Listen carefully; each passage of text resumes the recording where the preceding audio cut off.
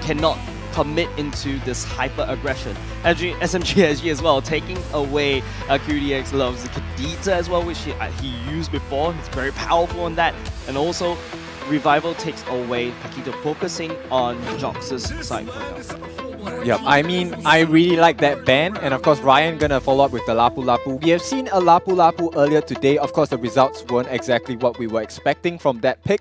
So perhaps Revival can give us a better showing of what Lapu Lapu can do in lane, and perhaps prove SMG, to have a difficult day. Lapu Lapu is a pretty safe EXP lane. There's a huge range in his axis where he could last hit and farm safe on the turret. Once he picks up the necessary item, he can actually be very, very tanky. But look at that, SMG SG will lock in that Julian as the jungler instead.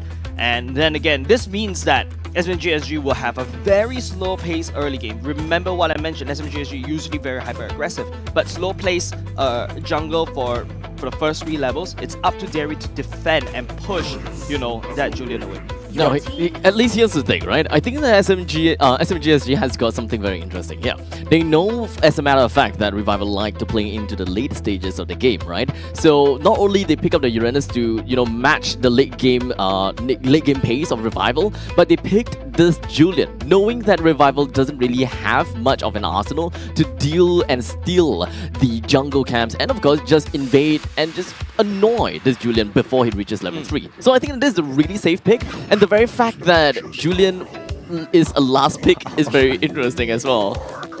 Okay, we're gonna wrap it up. We're here with the Atlas pick by QDX Love. Now, we have seen many and multiple Fatal Links across the various games that we have had across the season, right? And so far, most of them have been on point.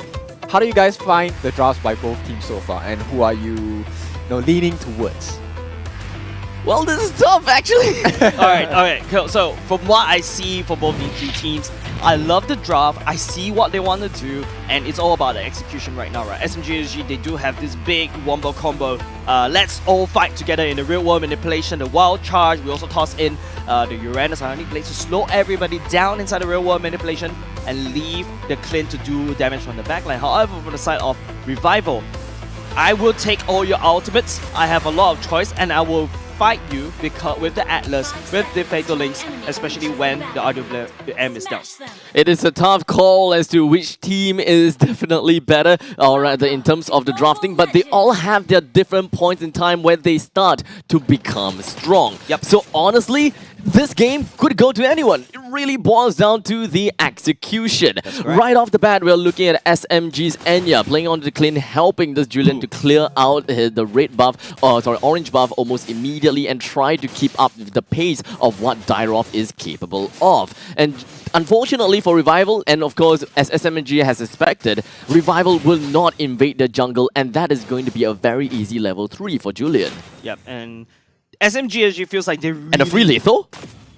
Sorry? And a free lethal Wanderer? Probably is, because they've already set it all the way up. Joxxx already at level 2, one more tick. He should be able at level 3. That's where you will start seeing SMG SG to start playing more aggressive. What I want to see from side Revival, yes, they are very conservative in the early game, but early game is where Swirled will shine as this Valentina. You don't really see this Valentina hard invading as much, but they need to wait for LY4. That's where, towards the mid part of the game, that's where you'll see he starts to ramp up the aggression and he will shine.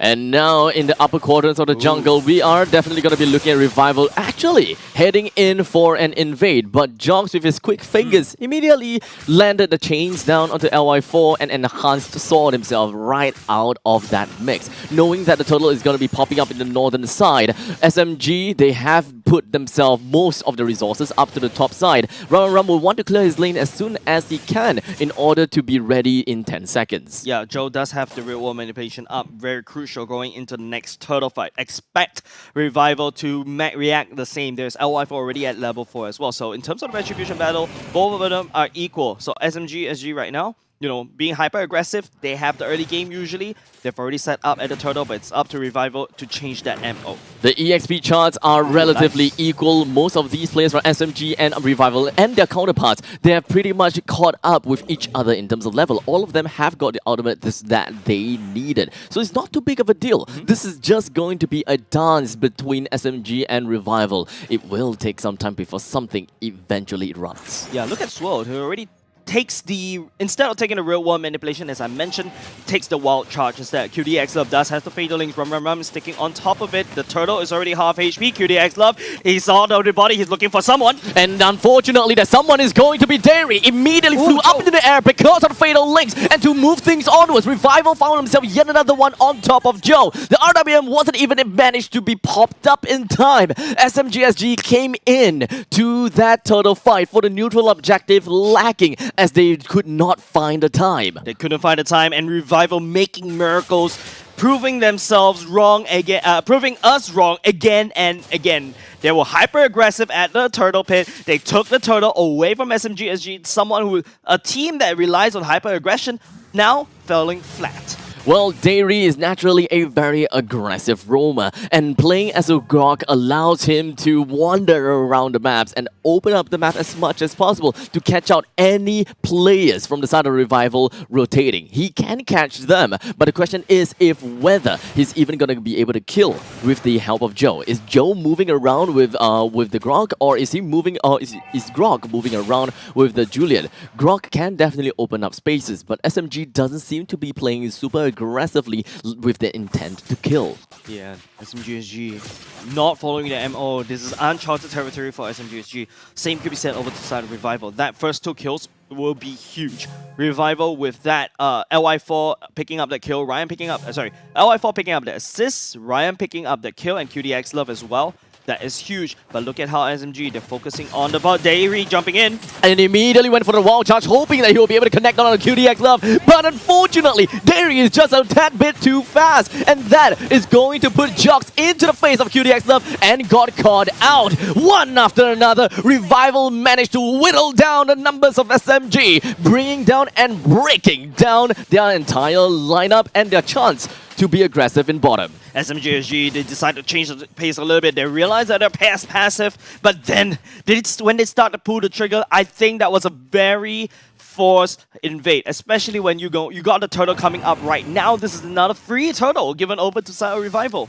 I can tell what SMG was really trying to do, right? They want to get a gank down on the piece. They even expanded the flicker, the wild charge. But unfortunately, Joxxx wasn't really quite on the same, sense as Dairy, right? They didn't quite either have, number one, the communication, or number two, something was just relatively slow. There was definitely some form of hesitation from the side of Joxxx. When Dairy immediately commit to it, Joxxx didn't.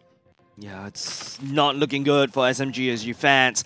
Revival, on the other hand, already earlier just now pick up a second turtle. They are in the lead in terms of the gold. SMG SG, they're still not giving up the aggression, still trying to look for some pick-up plays. But look at how Joxxx is rotating right here. It's looking for opportunity, but Revival, they're not showing any signs of weakness. Well, they do have 2,000 gold lead on top of SMG SG. But based on their MO, like the fact that they love to play into the late stages of the game, and they know that they can play in the macro sense, they are going to bring this snowball over to the late stages, right when every single one of these players have got their power spikes and the fact that they know how to dance with the Lord. They will make full use of all of these situations in order to find more weaknesses from the side of SMG. Enya, unfortunately, he's trying to get himself away, so Revival is not able to catch up onto him. LY4 with a dash connects down onto Dairy, putting both of these SMG players right underneath the turret's nose. 4 members from Revival, they still want to engage, they still want more food, but unfortunately, that is not going to be that's not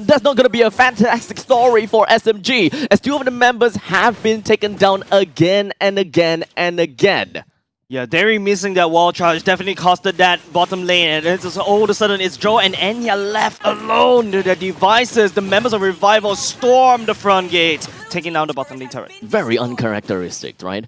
Revival is the one that is playing super aggressive. Actually, I wouldn't even call this super aggressive, but more of the fact that they are just moving around, right? They're moving around, they're trying to find opportunities and of course exploit the small little weaknesses between of SMG. And somehow SMG's weakness have been showed off and they're just definitely dejected from this current situation. Revival literally found where the wound is and decided to pour more salt over it. I think it's not only just salt, pouring chlorine into it is actually definitely hurts. Just look at that. Third turtle already secured by the side of Revival. SMG SG, they do have Naive to siege, but SMG SG desperately needs to buy more time. Joxxx needs to snowball 0-2-0, especially when they have the mystery shop for both Joe and Joxxx.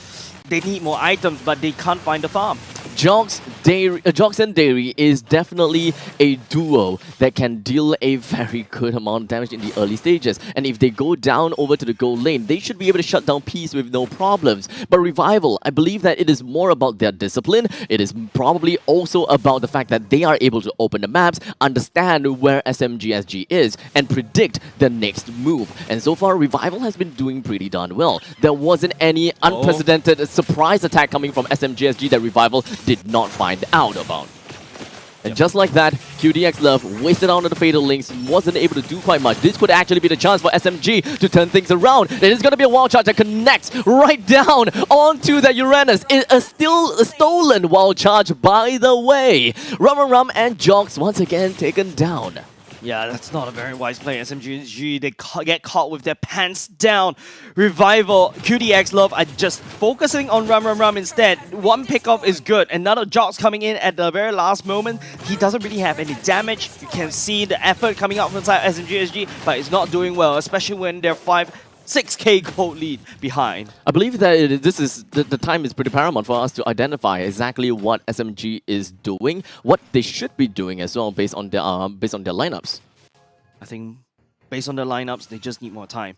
I agree with the mystery shop. It's a very early game base, mid game base. I want to get my items as quickly as possible, but they can't seem to find the farm. Revival, on the other hand, is already scaled. Like Swirled already 305. He has already picked up the necessary items to basically counteract. The Electro Flash coming in helps him with the movement speed as well as the heals to hold on to the early parts of the game. He's already out of the woods. Enya should have more damage to deal with that gold laner, but it's not enough. Enya is going for weapons masters. Like I said, SMG SG, the draft, very hyper aggressive, but not good enough. Revival gotten a free Lord off of the hands of SMG. In fact, not even from their hands, actually.